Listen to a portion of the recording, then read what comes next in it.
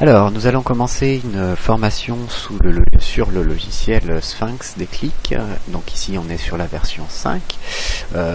Pour information, ce logiciel n'est pas un logiciel du tout gratuit et c'est un logiciel qui nous permet donc de créer des enquêtes, des questionnaires et qui va nous faciliter surtout la tâche pour dépouiller, rentrer des réponses, dépouiller le questionnaire et pour après faire surtout une analyse, faire des graphiques à l'aide de ce logiciel pour analyser un petit peu les résultats de ce questionnaire. Donc je vais vous montrer un petit peu toutes les étapes. On va regarder comment commencer une enquête et ensuite on va rédiger donc les questions, on va dépouiller le questionnaire et faire l'analyse avec les trois grandes étapes finalement qu'on va respecter sur le logiciel. Alors première chose, comment donc créer une nouvelle enquête? Une nouvelle enquête, c'est très simple. Lorsqu'on lance le logiciel Sphinx Déclic, ici vous avez un élément qui s'appelle nouvelle enquête qui va vous permettre donc de créer une nouvelle enquête, un nouveau questionnaire. Tout de suite il va lancer une fenêtre contextuelle qui va nous permettre donc de créer ce questionnaire étape par étape. Donc premier élément, créer un nouveau questionnaire, oui, suivant. Ensuite, on va devoir donner un titre. Ce titre, on va le retrouver lorsque on va tout simplement imprimer les questions qu'on aura rédigées sur les vidéos suivantes. Le commentaire, c'est ce qui se trouve juste derrière votre titre. Souvent, c'est la phrase d'accroche qui est juste en haut du questionnaire. Exemple, merci de nous consacrer quelques minutes pour répondre à toutes ces questions, etc., etc., etc. Bon, ici, je vais mettre en commentaire une vraie fausse enquête, démonstration des possibilités du logiciel Sphinx. Voilà. Alors ensuite, vous avez l'organisme, donc c'est l'entreprise qui commandite le questionnaire, et une période qu'on laisse souvent à vie, qui permet de cibler vraiment une période spécifique lorsque vous avez une période spécifique pour poser ce questionnaire. Voilà. On va faire suivant. Il va nous proposer deux choses, soit de définir des grandes parties dans le questionnaire, soit de rédiger directement la première question. Alors je vais essayer de montrer un petit peu tout. Donc moi ce que je vais faire, c'est que je vais aller sur définir les grandes parties et je vais cliquer sur terminer. Tout de suite, il va m'ouvrir en fait la partie, la zone en fait qui permet donc de définir les parties et les questions. Ici, on va faire une première partie qui va s'appeler votre voiture. On va cliquer sur OK, et comme vous pouvez le voir ici, il va me rajouter donc dans ma zone liste des questions, il va me rajouter donc une partie qui s'appelle votre voiture. On verra comment rajouter des parties par la suite. Là, je vais m'intéresser à la première chose à laquelle je vais m'intéresser, c'est où le questionnaire s'enregistre, parce que par défaut, il va s'enregistrer un peu n'importe où. Là, je vais lui demander d'enregistrer vraiment dans une partie bien précise. Donc je vais fermer la liste des questions, je vais retourner sur un menu qu'on va voir un petit peu juste après, et je vais enregistrer mon enquête. Donc pour ça, je fais fichier, enregistrer. Il va me proposer par défaut un répertoire que je vais changer. Là, je vais aller tout simplement le créer dans un nouveau dossier. Voilà, que je vais appeler Sphinx. Et je vais lui donner comme nom. Alors, je vais mettre enquête, hop, et je vais l'appeler voiture. J'enregistre. À présent, je regarde un petit peu ce qui se passe dans mon dossier Sphinx. Donc, je vais dans le dossier Sphinx que je viens de créer. Il m'a créé un dossier enquête. Et il m'a créé un dossier voiture, c'est-à-dire qui porte le nom que je lui ai donné. Et dans ce dossier voiture ici, j'ai pour l'instant un fichier. Il faut savoir qu'une enquête, c'est une multitude de petits fichiers qui vont se mettre les uns là en dessous des autres. Donc ce qui est très important déjà de comprendre, c'est que quand vous voulez transporter une enquête, lorsque vous voulez copier une enquête sur par exemple une clé USB ou sur un autre ordinateur, il faudra copier non pas un fichier, mais le dossier qu'il aura créé. Le dossier avec l'intégralité des fichiers qui se trouveront à l'intérieur. Par défaut, l'enquête portera toujours l'extension .que, qui veut dire questionnaire tout simplement, c'est ce dossier là qui vous permettra donc de transporter et l'enquête et le dépouillement et l'analyse. Voilà, avant de s'attaquer vraiment à la rédaction des questions, petit tour d'horizon de ce logiciel. Donc on a trois grandes parties qui correspondent à l'élaboration du questionnaire, c'est-à-dire la rédaction des questions, la collecte des réponses, c'est-à-dire le dépouillement du questionnaire, et enfin le traitement et analyse qui va nous permettre donc tout simplement d'analyser les réponses de mon questionnaire. Alors ces trois grandes parties, on va régulièrement jongler puisque chaque partie nous donne ici sur la droite un menu différent. Et c'est dans ce menu que l'on pourra trouver les différents éléments qui vont nous faire besoin. Donc rédiger le questionnaire, plus tard on verra la saisie rapide et le tableau de bord. C'est ces trois éléments-là, bien entendu, qui vont nous permettre de gérer un questionnaire dans son intégralité.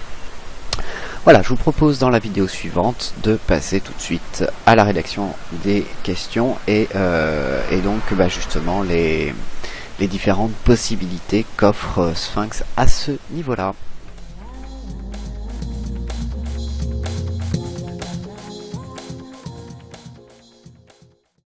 Alors à présent, nous allons passer à la rédaction des questions. Alors là, il y a beaucoup à dire, donc c'est dans élaboration de questionnaire, rédiger le questionnaire.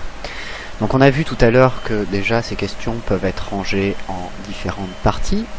Pour créer une nouvelle partie, on ne peut plus simple. Dans la zone vide, il suffit de faire un clic droit et décider de ce que vous souhaitez faire. Soit donc une nouvelle question, soit une nouvelle titre de partie, qui va nous permettre de ranger dans différentes parties, soit un groupe de questions, on verra ça un peu plus tard.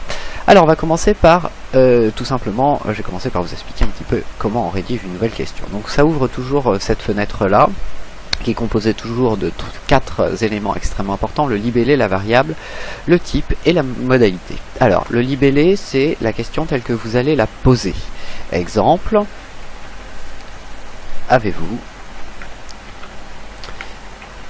une voiture à votre disposition? Voilà. Donc ça c'est le libellé de la question, c'est c'est la question telle qu'elle est posée et il va falloir donc toujours mettre cet élément là puisque c'est comme ça que vous allez pouvoir poser vos questions. Deuxième élément qui est aussi indispensable, c'est la variable.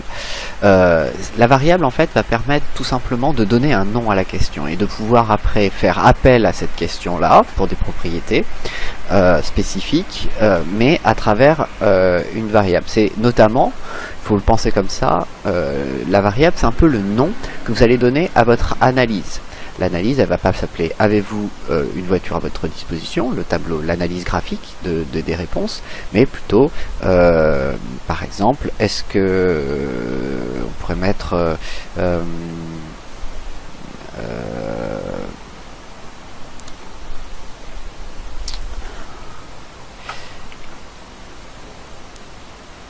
avoir une voiture ou un truc comme ça qui permet de dire est-ce qu'il a une voiture, oui, non. Donc ça c'est la variable, c'est un peu le titre de votre question à chaque fois. Ensuite vous avez le type. Le type, alors là, il y en a un certain nombre. Les deux types les plus utilisés au départ, ça va être fermé unique et fermé multiple, qui sont quasi similaires à une chose près, c'est que fermé unique, donc vous n'aurez qu'une des réponses possibles, c'est-à-dire par exemple soit oui, soit non. Fermé multiple, c'est la même chose, sauf que là vous pouvez cocher plusieurs modalités. Exemple, quel est l'équipement de la voiture par exemple? Ben, dire il y a un lecteur CD, il y a un attelage, il y a des airbags, etc., etc. Voilà, voilà un petit peu l'idée de base de fermer unique et fermer multiple. Alors déjà on va faire fermer unique pour voir un petit peu comment ça se passe. Eh ben, les réponses que l'on va proposer à cette question, elles sont extrêmement simples. C'est oui et non. Et comme vous pouvez le voir, je sépare mes réponses par un point virgule. C'est comme ça que je sais que pour cette question-là, j'ai deux réponses possibles qui sont et oui et non. On a la possibilité ensuite de rajouter, vous allez voir, des critères qu'on rajoutera par la suite. D'abord, on va vraiment faire juste la rédaction des questions. On va cliquer donc sur OK, sur nouvelle question, pardon. Comme ça, on va pouvoir passer à la question suivante. Comme vous pouvez le voir ici, il m'a rajouté une question à mon questionnaire, qui est modélisable ici. Je pourrais revenir à tout moment dessus. Alors, ensuite, je vais aller sur un autre type de question. Bah, justement, la fermer multiple. Alors, on est obligé toujours de poser un libellé. Donc, quel est son équipement?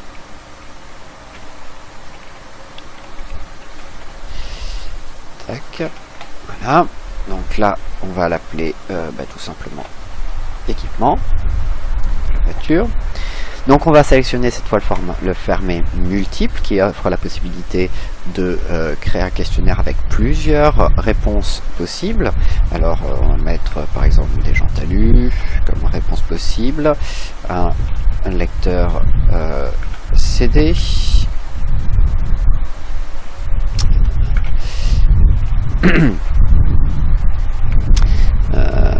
des vitres teintées, la climatisation, un airbag,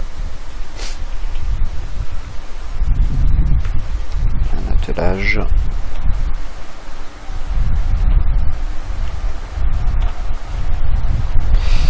et puis je vais mettre un truc comme autre option possible, parce que je pense pas à toutes les options.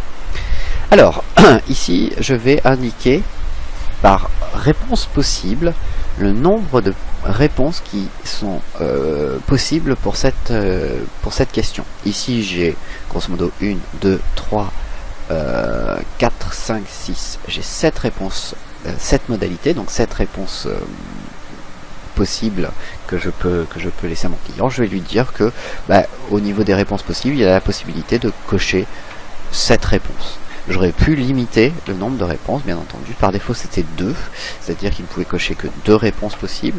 Je vais lui en mettre 7 s'il a besoin si sa voiture, par exemple, est équipée de tous ces éléments-là. Voilà. Donc ça, c'était pour fermer multiple. On reviendra dessus parce qu'il y a d'autres critères possibles, notamment les réponses ordonnées qu'on verra par la suite. Alors, on va cliquer sur OK et je vais créer une nouvelle partie. J'essaie déjà le questionnaire, je vais le faire un petit peu pas dans l'ordre. Donc là, on va créer une nouvelle type de partie et j'ai créé une partie votre comportement. Je clique sur OK. Donc il va me créer une nouvelle partie et nouvelle question pour créer une nouvelle question. Alors, on va voir un nouveau type qui est le format type texte. C'est ce qu'on appelle aussi les réponses ouvertes, c'est-à-dire que cette fois vous ne proposez pas de réponse. C'est la personne qui va répondre au questionnaire qui pourra proposer sa propre réponse. Donc par exemple, je vais lui dire quel kilométrage effectuez-vous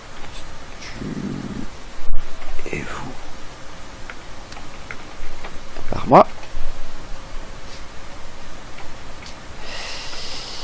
On va mettre kilométrage en réponse. Et donc là, ce sera tout simplement la personne qui va pouvoir proposer sa propre réponse. Alors là, on aurait pu mettre de deux sortes, soit en mode texte, soit en mode numérique. Ces deux types de réponses sont totalement identiques, à savoir que l'analyse sera différente. En mode texte, je vais proposer, essayer de rassembler les réponses qui sont identiques. En mode numérique, je vais analyser les chiffres et ordonner les éléments sur des échelles de valeurs. Exemple, par exemple, de 0 à 1000 km, tant de personnes, de 1000 à 3000 km, tant de personnes, etc., etc. Mais ces valeurs, cette analyse numérique, sera générée automatiquement par le logiciel lors de l'analyse. Donc c'est vraiment en fonction du type de réponse. Soit vous êtes donc sur un chiffre et il vaudrait mieux passer en numérique, ici c'est le cas, soit vous êtes sur des réponses de type texte, c'est-à-dire où la personne donne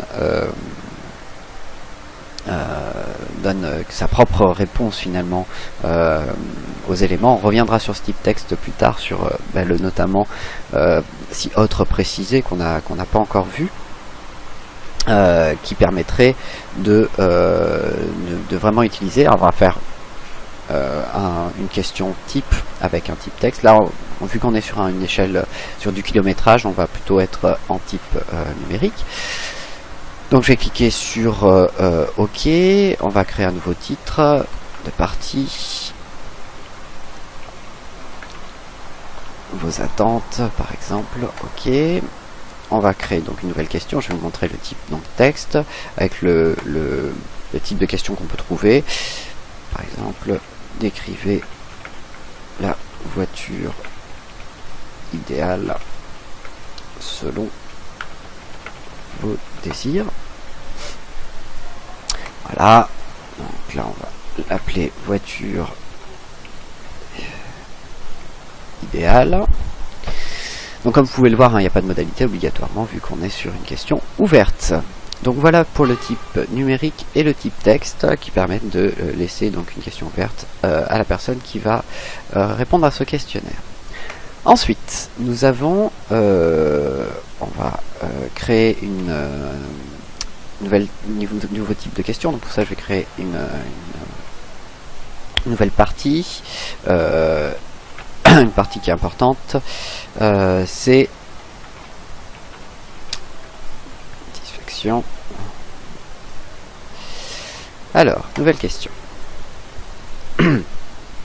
Alors, le libellé, on retrouve toujours le libellé variable. Là, cette fois, on va voir donc le type fermé, type échelle.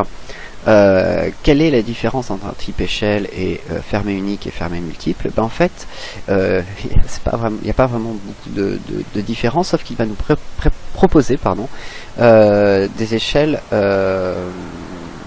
préconçues. Alors, on va voir un petit peu le type de questions qu'on peut mettre en place comme ça. Alors, êtes-vous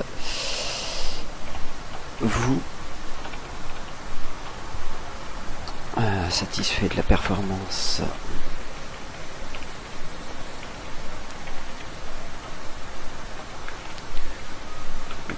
de votre voiture en ce qui concerne la vitesse? Ok, alors donc là ça va être tout simplement vitesse. Donc on a choisi le type fermé échelle, donc qui permet de proposer une échelle de satisfaction à la personne qui va répondre à ce questionnaire. Ici, on va tout simplement cliquer sur échelle et on va avoir donc un certain nombre d'échelles préconçues dans notre logiciel. Ici, je vais choisir l'échelle de satisfaction, pas du tout satisfait, plutôt pas satisfait, plutôt satisfait, tout à fait satisfait. Ok, il va me rajouter donc les modalités que je peux venir maintenant corriger. Si je veux rajouter une modalité, c'est possible. Et il faut savoir que les types échelles fonctionnent exactement après de la même manière que un type fermé unique. Voilà. Pour les types, je ne vais pas aller plus loin, je ne vais pas vous parler des codes et des date et heures, puisque c'est pas quelque chose qui est fondamentalement important pour l'instant. On va On va s'arrêter là pour le type des questions et la rédaction des questions.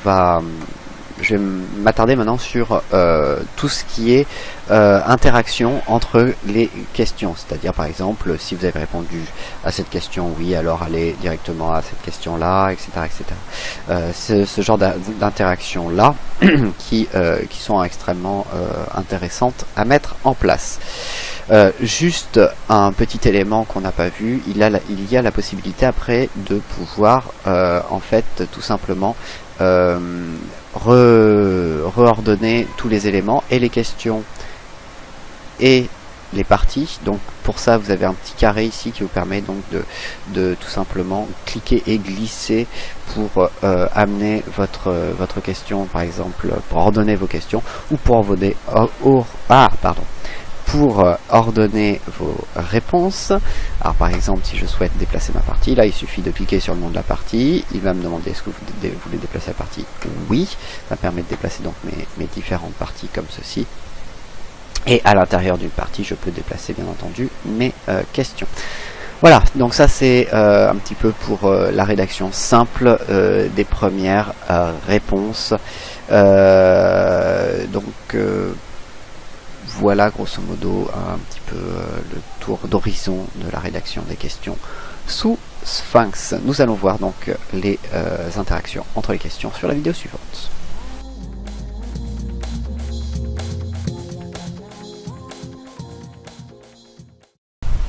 À présent, nous allons voir un petit peu comment se passe l'interaction entre les différentes questions, surtout l'interactivité qu'on peut rajouter par rapport à une question. Pour ça, je vais rajouter dans votre voiture une nouvelle question. Donc, je vais faire un clic droit, insérer une question. Ah non, elle ne s'insère pas là où il faut. Insérer dans votre voiture, ce sera mieux. Donc, insérer une question. Cette question, je veux pas qu'elle s'insère là, je veux qu'elle s'insère là. Insérer une question, je vais y arriver. Voilà. Alors cette question va nous permettre de voir la première des interactions possible, qui est vraiment importante, c'est tout simplement le si autre précisé. Alors pour ça, je vais poser une question type, quelle est la marque de votre voiture? Donc la variable, ça va être marque de la voiture. On va être enfermé unique. Renault, Peugeot, Citroën, Fiat. Alors je vais pas faire toutes les voitures. Hein. Et donc ensuite, je vais proposer donc la possibilité de dire si notre réponse possible. Si vous avez un autre type de marque, précisez cette marque. Donc pour première chose très importante, il faut que la dernière modalité corresponde à la possibilité de proposer une question. Donc c'est le texte autre ou autre précisé ou autre marque. Ça va être le texte, la modalité qui va vous permettre donc de faire une précision par rapport à la marque de votre voiture. Ça c'est le premier élément. Deuxième élément, ça va se passer dans contrôle. Vous allez voir que c'est là où on va gérer beaucoup de choses au niveau des interactions, l'interactivité des questions. Dans contrôle ici, on va lui dire que on veut tout simplement associer cette question à une question ouverte de type autre précisé. On va cliquer sur OK. Et c'est grâce à ça, grâce à cette case à cocher, que lorsque l'on va cliquer sur OK, il va nous dire une question va être insérée pour les réponses ouvertes. On va cliquer sur OK et on peut voir qu'il m'a inséré non pas une, mais deux questions. Une question qui était la question telle que je l'avais donnée et une autre qui va être reliée, on voit bien, par une condition qui va tout simplement être une question ouverte, si autre, précisée, on est bien sur une type texte, donc question de type ouvert, c'est-à-dire que si la personne n'a pas coché une marque, il pourra préciser la marque de sa voiture. Voilà comment on gère donc la possibilité de préciser une réponse à une question de type fermé unique, ou fermé multiple d'ailleurs.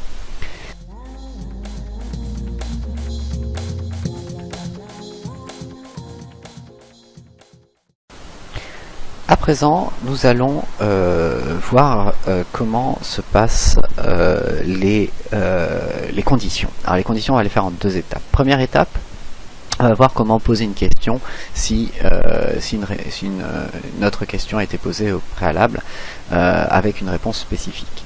Alors je m'explique. On va reprendre ici la marque de la voiture, et cette marque de la voiture, on va pouvoir la demander uniquement si avoir une voiture, bien entendu, est à oui. C'est-à-dire si avez-vous une voiture à votre disposition? Oui. Alors en effet, je pourrais le demander à la marque de la voiture. Donc pour ça, je vais double-cliquer sur ma question 2, donc la marque de la voiture. Je vais aller sur contrôle et je vais avoir ici un élément qui s'appelle présenter uniquement si. Ça va définir une condition. Je ne pourrais poser cette question uniquement que si avoir une voiture, c'est-à-dire ma première question, et avec une réponse à oui. Alors, il faut savoir que pour ces éléments-là, je peux rajouter énormément de possibilités. Exemple, je pourrais dire s'il est à oui ou s'il n'y a pas de non-réponse. S'il n'y a pas de réponse, pardon. Pour ça, c'est très simple, il vous suffit d'appuyer sur CTRL, la touche CTRL, et ça vous permet de rajouter autant de modalités conditionnelles possibles. C'est-à-dire que ici, c'est uniquement, on pose la question uniquement si avoir une voiture est à oui, mais on pourrait dire tout simplement, si c'est à oui, ou s'il n'y a pas de réponse, je vais considérer qu'il a une voiture. Voilà, donc ça c'est la condition donc, pour poser cette question. On va cliquer sur OK, et OK, et enfin OK, et ici maintenant on peut voir que la question n'est pertinente que si avoir une voiture parmi non-réponses est à oui. Donc ça a bien fonctionné. Maintenant,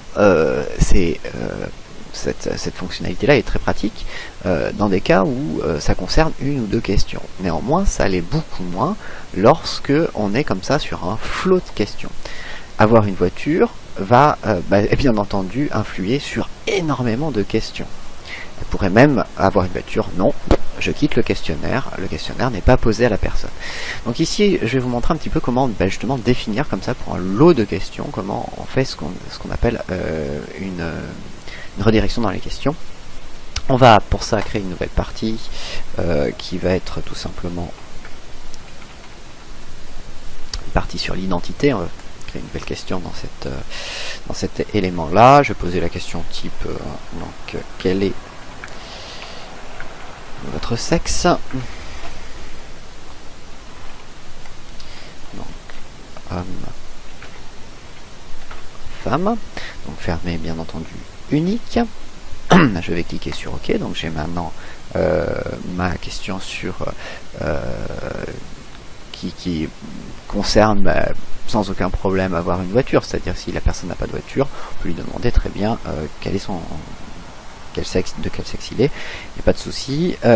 Donc pour ça, je vais avoir ici donc un élément dans organiser qui s'appelle définir des renvois. Alors ça c'est extrêmement pratique, ça nous permettra donc de passer directement de avoir une voiture directement à sexe si jamais on répond non. Pour ça, il vous suffit donc de sélectionner après la question avoir une voiture. Donc après cette question là, si on va définir le profil, si il a répondu non, si la personne a répondu non, alors je vais aller à la question sexe directement, ou je peux directement terminer le questionnaire, comme bon me semble, ce qui me paraît le plus pertinent à ce niveau-là.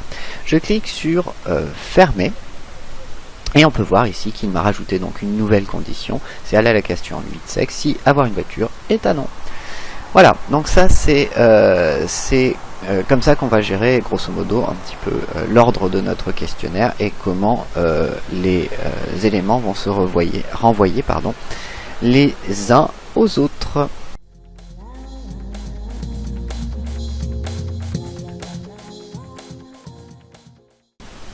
À présent, nous allons voir comment gérer des groupes de questions. Ici, j'avais fait dans cette question, êtes-vous satisfait de la performance de votre voiture en ce qui concerne, et j'avais mis la vitesse. On aurait pu bien entendu dire qu'au lieu de faire ça, on pourrait noter par exemple les éléments sous forme d'une échelle, et on pourrait noter plusieurs éléments, la vitesse, le confort, la sécurité, l'espace, je ne sais pas. Donc c'est ce qu'on va faire en fait ensemble. On va gérer ce groupe de questions. Donc pour ça on va aller cliquer sur faire un clic droit sur la vitesse et on va cliquer sur tout simplement je vais pas pouvoir le faire ici, je vais devoir cliquer ici. Nouveau groupe de questions. Alors il va nous demander combien de lignes je veux. Alors c'est tout simplement donc, combien de critères je vais juger. Donc je vais en mettre 5, pour l'instant. Alors le titre du groupe, c'est grosso modo la variable pour l'intégralité du groupe. Donc là je vais marquer satisfaction performance. Voilà, satisfaction, la performance plutôt. Le nom abrégé, ça va être la même chose. Action, performance. Alors, et il va nous demander deux possibilités, soit donc un tableau de nombres, où à chaque fois on proposera donc de rentrer une variable de type numérique, question ouverte donc. Soit tout simplement on va lui mettre une batterie échelle, ce qui est souvent le cas. Ici donc j'ai mes 5 possibilités avec à chaque fois donc les différentes modalités. Je me suis trompé tout à l'heure, hein. C'est nom abrégé, c'est satisfaction de la performance, c'est ce qui va là. Et le titre c'est tout simplement la question d'en-tête, donc êtes-vous satisfait de la performance de votre voiture en ce qui concerne, et donc ensuite je vais pouvoir dire les différents critères, donc par exemple la vitesse, le confort, la sécurité, la tenue de route, l'espace. On va définir une variable pour chacun de ces éléments. Donc, là, ça va être très simple, hein. Sécurité, tenue de route, et enfin espace. Ça va être les variables qui vont être assignées donc à chacun des critères. Et enfin, les modalités qui vont être communes à toutes ces questions. C'est pour ça que c'est un groupe de questions, c'est-à-dire qu'on va répondre à chaque fois de la même manière, on va avoir chaque fois les mêmes modalités pour toutes ces questions, tous ces critères de questions. Alors, pour ça, c'est très simple, on va aller sur échelle, on va définir quelle est l'échelle que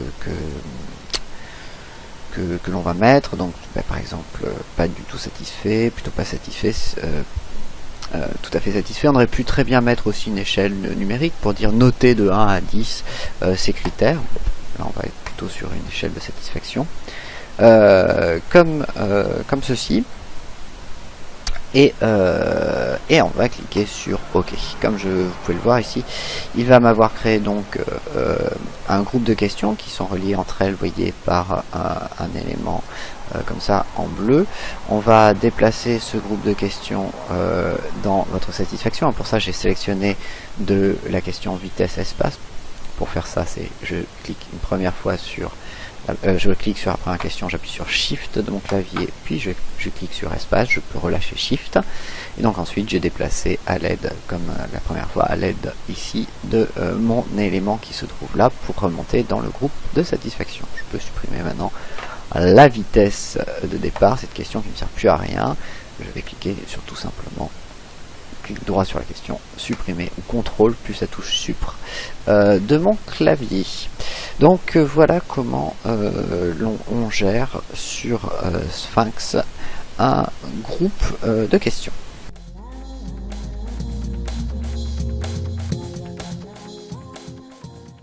Nous allons à présent nous intéresser au dépouillement d'un questionnaire. Donc, les questions sont à présent rédigées. On va aller dans collecte des réponses. Je vais faire un petit coup d'enregistrement quand même. Alors, dans collecte de réponses, il va y avoir un module très intéressant qui s'appelle saisie rapide. Alors là, c'est on ne peut plus simple. On va avoir donc la liste des questions. Ici, l'observateur, c'est-à-dire le client potentiel 1. Et ici, les modalités pour chacune des questions. Alors, je vais vous faire plusieurs exemples et on va voir un petit peu comment ça se passe. Alors, premier observateur, donc première fois que je pose mon questionnaire, je vais tout simplement lui indiquer ici la réponse pour avoir une voiture. Donc, on va dire que ce client n'avait pas de voiture, donc ne. On peut voir que tout de suite, je suis passé directement à la question du sexe, homme-femme, comme je l'avais décrit tout à l'heure dans la rédaction de mes questions. Ici, je vais choisir que pour le sexe, ça va être un homme. J'ai cliqué donc sur la réponse, la modalité correspondante, et je suis passé tout de suite à l'observateur numéro 2, c'est-à-dire la deuxième personne. Donc cette deuxième personne, je vais lui dire que là, cette fois, elle a une voiture. Il va me dire quel est le type de voiture, donc je vais dire que c'est une Renault. Je vais lui dire quels sont les éléments. Comme vous pouvez voir, à chaque fois, je sélectionne donc différentes modalités qui viennent se remplir ici petit à petit.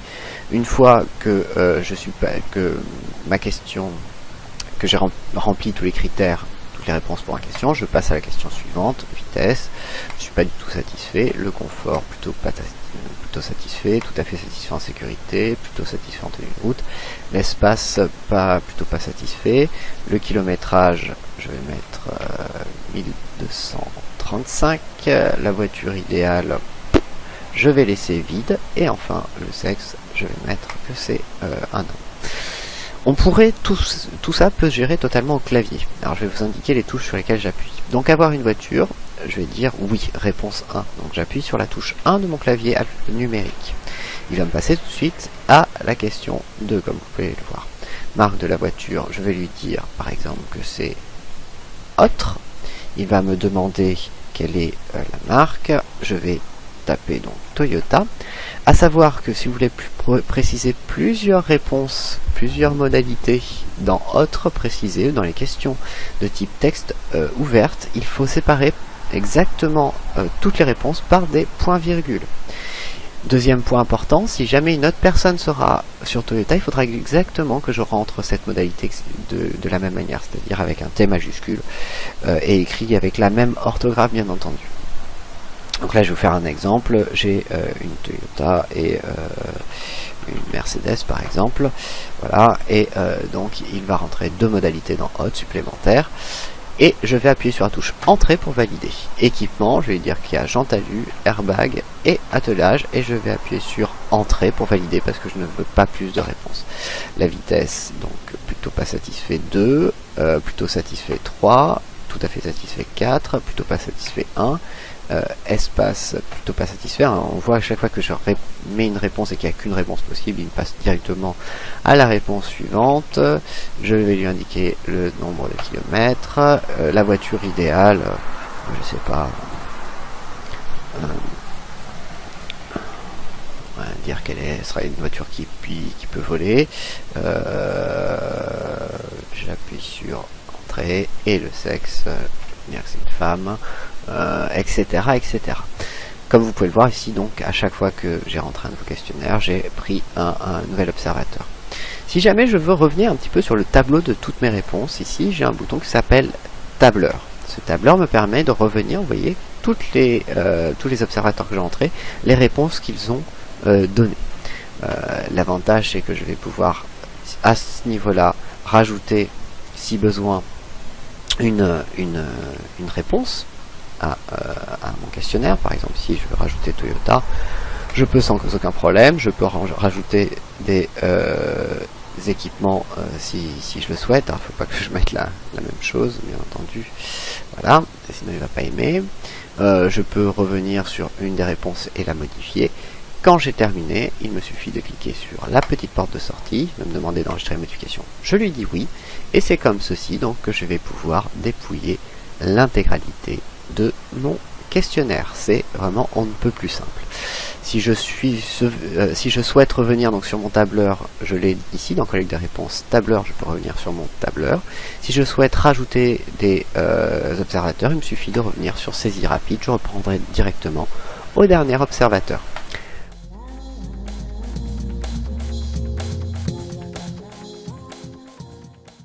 Nous allons passer à présent au tableau de bord. Alors le tableau de bord, c'est donc ça va être l'analyse de notre questionnaire. Juste pour revenir un petit peu sur 2-3 éléments. Donc j'ai ouvert un questionnaire totalement complet qui est exactement le même, hein, votre voiture, votre satisfaction, votre comportement, mais cette fois qui est totalement complet et notamment avec une collecte des réponses digne de ce nom, avec ici 200 observateurs qui ont répondu donc à ce questionnaire. On va voir un petit peu donc sur ce questionnaire assez complet, qu'est-ce que l'on peut retirer comme information intéressante. Donc pour ça, on va aller dans traitement et analyse, la troisième partie, puis dans tableau de bord. Il va nous proposer deux possibilités, soit une construction automatique, soit une construction pas à pas. Nous, on va sélectionner la construction automatique, on va cliquer sur suivant, il va nous sélectionner toutes les variables, c'est-à-dire toutes les questions au départ, et ce qu'on va lui demander ici, c'est un rapport A4, tableau et graphique. On va cliquer sur terminer et il va nous créer en effet, comme vous pouvez le voir, sur une feuille A4, tous les tableaux sous forme comme ça de graphiques et de tableaux. Alors il faut savoir que tous ces graphiques et ces tableaux vont être modifiables, bien entendu. Ici on a les grandes parties comme vous pouvez le voir, et il faut voir aussi qu'il y a des éléments qui vont pas forcément être pertinents, qu'il va falloir peut-être refaire, qu'il va falloir peut-être modifier. On va voir un petit peu ces éléments petit à petit. Alors on va commencer par tout ce qui est tout à fait en haut, la possession. Alors, je vais vous montrer d'abord dans un premier temps pour un graphique, après je vais vous montrer pour l'intégralité des graphiques ce que l'on peut faire. Alors, on va double-cliquer sur ce graphique-là, et on va voir pas mal de choses modifiables.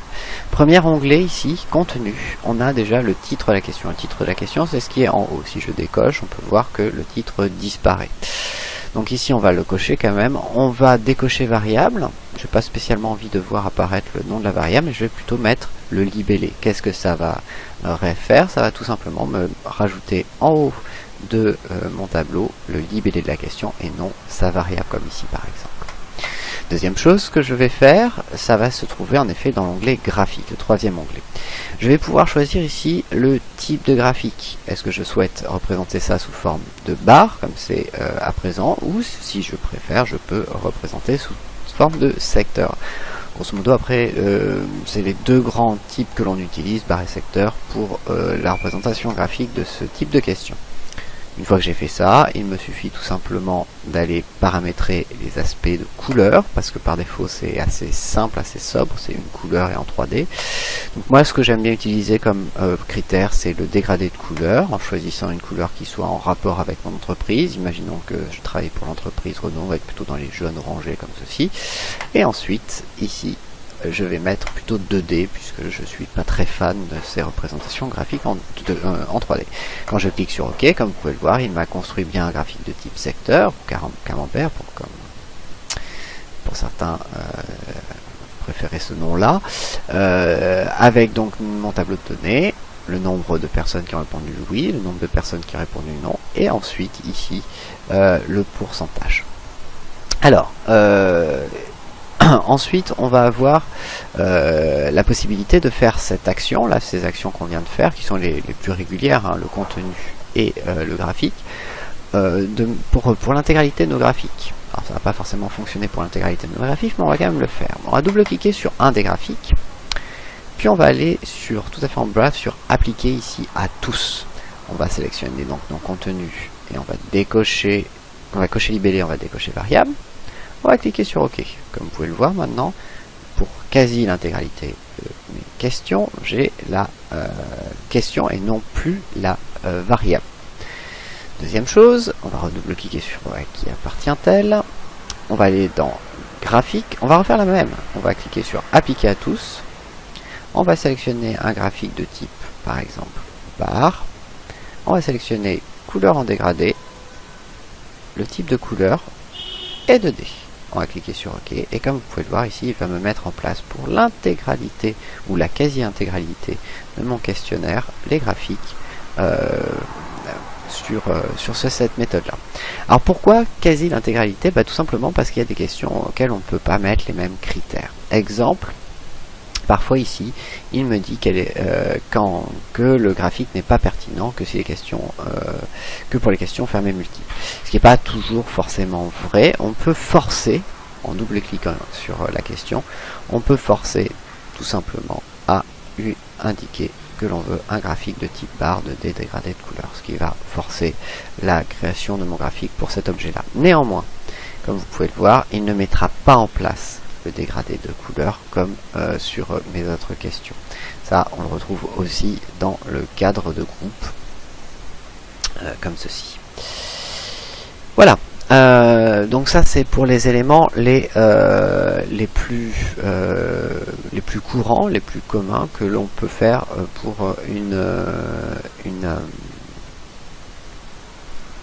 pour un questionnaire. On peut voir que parfois j'ai comme ça plusieurs, alors ici j'avais un groupe de questions, donc il m'a créé pour cette question là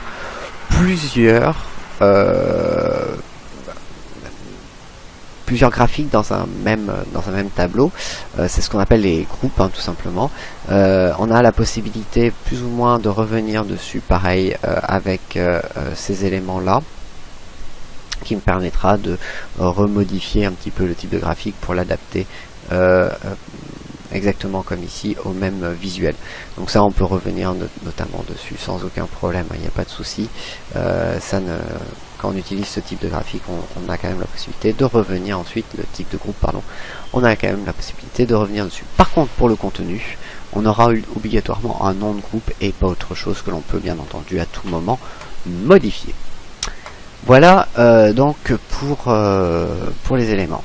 Et on peut voir aussi une chose, donc là on a la possession, on a l'appartenance, on a la marque, et ensuite on passe tout de suite au type. On n'a pas ici les questions ouvertes, elles ne se rajoutent pas dans notre graphique. On peut les rajouter tout simplement en cliquant sur la question et en venant la glisser et la mettre ici. Or ici on n'avait pas de marques différentes, on va en rajouter une. On va cliquer sur OK. Je vais revenir dans ma collecte des réponses, tableur, et pour les personnes, j'ai modifié pour une personne, au lieu de mettre Citroën, je vais lui mettre autre, et je vais lui dire qu'il a, je sais pas, une Skoda par exemple. Je sais pas si c'est écrit comme ça. On va fermer, enregistrer les modifications, on va revenir sur le tableau de bord, et à présent vous voyez que dans marque autre il m'a bien rajouté ma Skoda que je vais pouvoir sans aucun problème, toujours pareil, modifier en termes de visuel. Voilà, là cette fois je crois avoir fait le tour de ces éléments principaux. On va juste faire deux petits add-ons, concernant donc les analyses croisées, et ensuite la mise en page sous un autre type de document.